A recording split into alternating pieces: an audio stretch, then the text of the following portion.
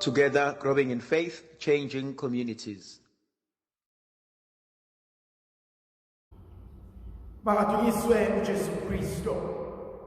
Namhlanje thandwa zami ngifisa ukuba sibuke ivangeli lika Johannesi isahluko sesithupha ivesi yokuqala kuze kube ivesi ye-15. Ngiyayithanda le ndaba uJohannesi ayiqalayo lithi izwi likaNkulunkulu uJesu wawelela ngaphesheya komfula waseGalile emfuleni obizwa kuthiwa iTiberias. Uthi angawelela emfuleni ngaphesheya ebese kuba khona isixuku esimlandelayo. Kunezinto ezenzakalayo empilweni zethu. Athi umuntu usengcela ukushiya noma ukudlula kulento endala ngikwazi ukuba umuntu omusha. Athi umuntu usengcela ukudeda enkambweni endala sengcela ukubuka izinto ezintsha. Athi umuntu usengikhathele impilo ebengiyiphila sengifuna ukuqala kabusha. Zonke lezo zinto ngiyayithanda, zinhle, ziyasiza. Kodwa uJesu kunento afuna ukusikhombisa yona. Uthi angawelela ngaphesheya komfula kolwandle lwaseGalile. Kade nabo labantu ebenzela izinto kodwa bayamlandela. Sando sami ngivumele ukuba sibukisise kancane inkonzo yokulandelwa izinto from your past. Kunezinto esifisa sengathi ngabe kade zaphela. Kunegameko engifisa sengathi abantu ngabe kade bazikhohlwa.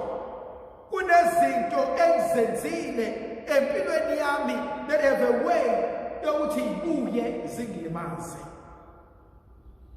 Two ways uJesu asifundisa ngazo.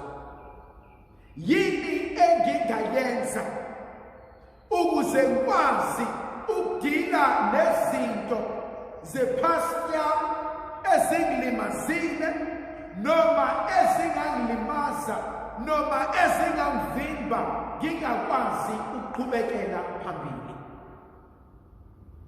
Lezinto zingaba ngabantu, lezinto zingaba zigameko, lezinto zingaba imina uqobo lwami.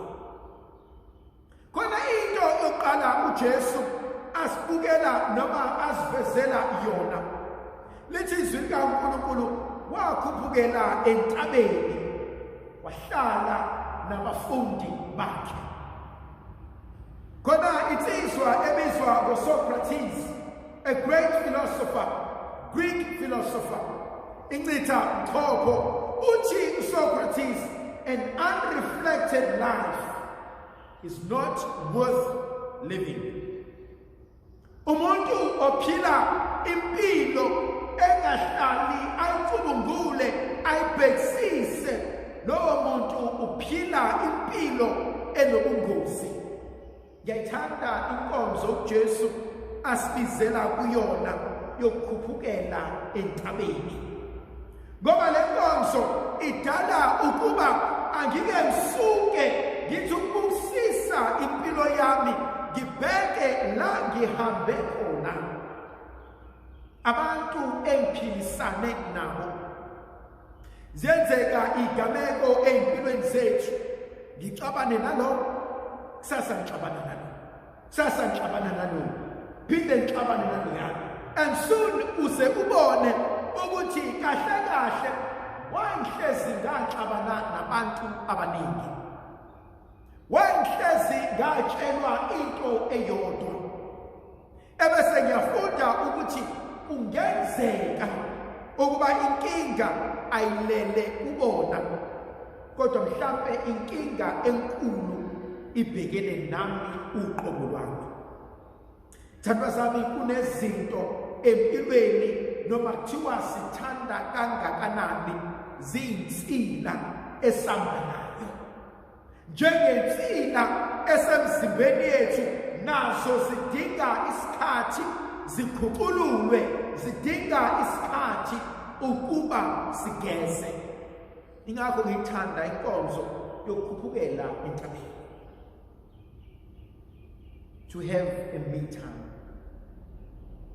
Yike ngihlale njengenyoka uma ifuna ukwebuza, uma ifuna ukukhipha isikhumba esidala. Kwesinye isikhathi, it is okay to be alone. It is okay ukufuna isikhathi sokubhekisisa impilo yakho. It is okay ukufuna isikhathi sokulungisa. Ufane nesilwane esiyinja ehlale ikhothe amanxeba ayo. Kukubela kaJesu entabeni kumnikeza isikhathi sokuba alungise, abhekisise okusempilweni, okwenzakalayo, kodwa futhi abuke nokuzayo. Uthi esahleli entabeni ebesehlala nabafundi bakhe. Balekile leyo nkonzo kumina, ngoba uma uzokhuphukela endaweni yokuzilungisa, ungabi wedwa, yiba noNkulunkulu, kodwa makube khona nabanye abazokweseka ngemkhuleko. Why? Ngoba ithandazani kwesinye isikhathi uma umuntu depressed, noma ene-anxiety, noma fearful, akuve kulula ukuba imiqondo yethu idlale ngathi. We start imagining things that are not there. Sisabe nezinto that are not there and blow reality out of proportion. Do I have abantu abanjalo empilweni yami?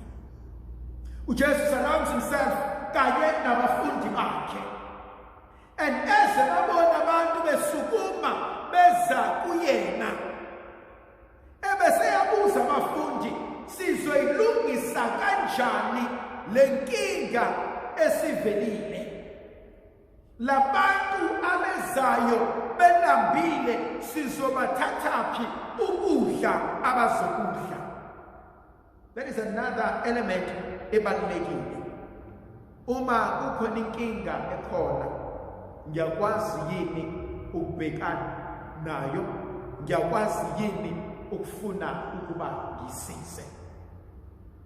Uma uyibukisisa lento uJohannes akhuluma ngayo, uthi membuza uFilip uthi Nkosi, angazi sokuthathaphi ukudla, nemali ayanele ukuba sikwazi ukuba senge izikwa zabo bonke labantu. Kwesinye isikhathi empilweni siyashayeka. Kwesinye isikhathi siphila impilo yokutargeta izinto. Athi omunye ngangitshela ukuthi mase ngifike ku-age 25 ngobe sengiqedile evarsity. Athi omunye ngangitshela mase ngina-27 ngobe sengishadile. Athi omunye ngangitshela mase ngina-30 ngobe ngisemzini wami. Athi omunye ngangitshela ukuthi ngobe senginekhaya lami, senginemoto yami, senginey'ngane zami. What happened if yonke lento wayitshela ukuthi uzoba yiyona ingenzekanga? How do I then live with this? Am I a failure? No, you're not. Ukudala komuntu nokudala kaNkulunkulu kwehlukile. Umuntu uyacabanga, acebe, afise, kodwa uyedwa umuntu okwazi ukwenza izinto zenzeke, uNkulunkulu.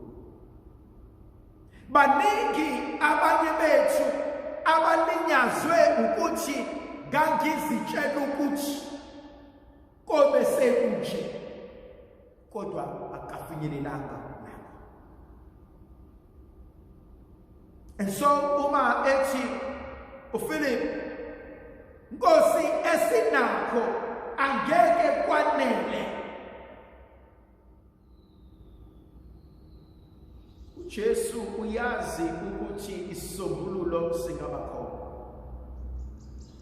Kuqhamuka uAndrew athi uAndreas ukhona kodwa umfana ophethe izinkwa ezinhlanu nofishi ababili.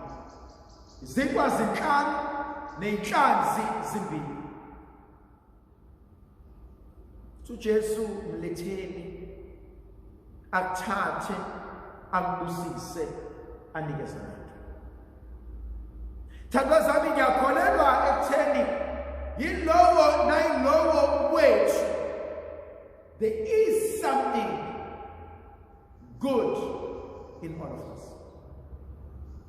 Asike sifokaseni kulokhu okuhle okwenzakalayo. Lokho kungahambi kahle asikushiyeleni uNkulunkulu.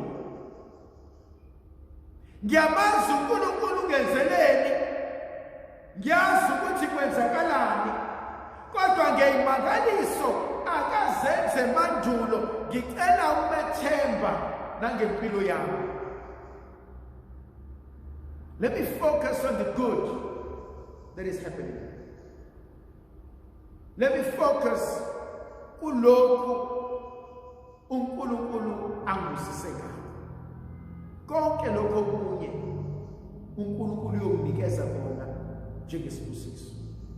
Mayisibusiso njalo indlovukazi yezulu ihlele nathi isivikele isikhanyisele ngegama likaYise benendodana nomoya ogcweleyo.